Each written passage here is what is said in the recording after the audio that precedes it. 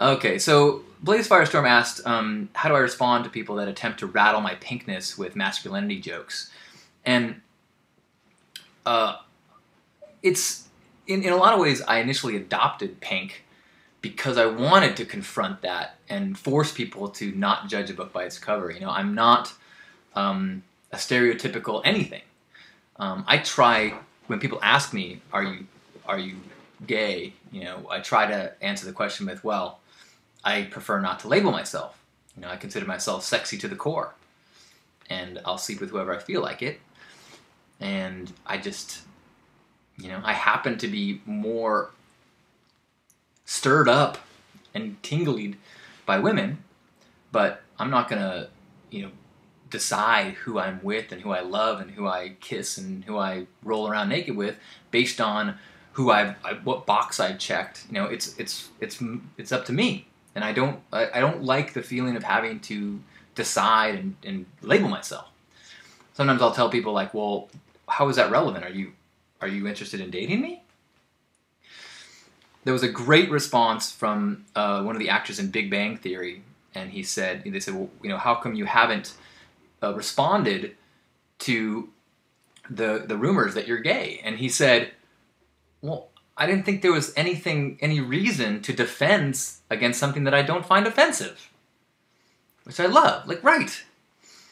And that's one of the reasons that I've tried to avoid it too.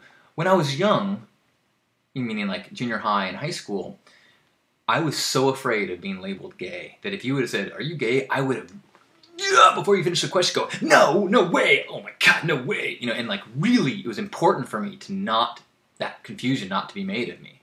But I don't care now. I mean, it's like if someone confused my astrological sign. What? I don't care if you think that I'm not a Gemini or a Pisces.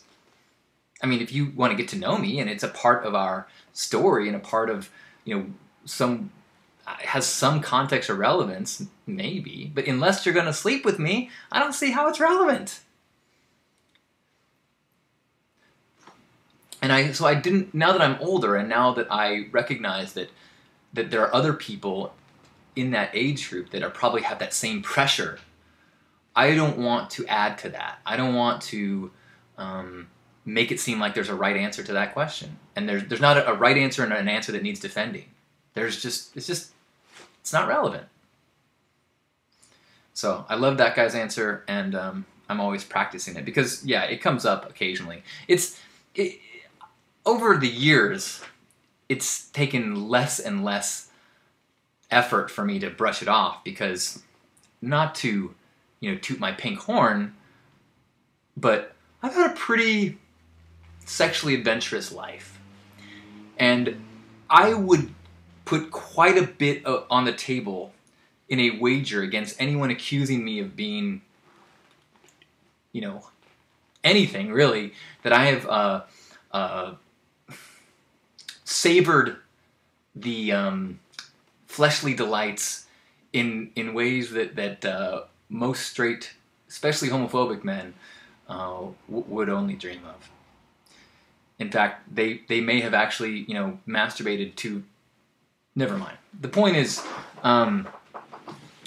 yeah, it's one of the things that helped my sex life more than anything when I was younger was embracing my feminine side.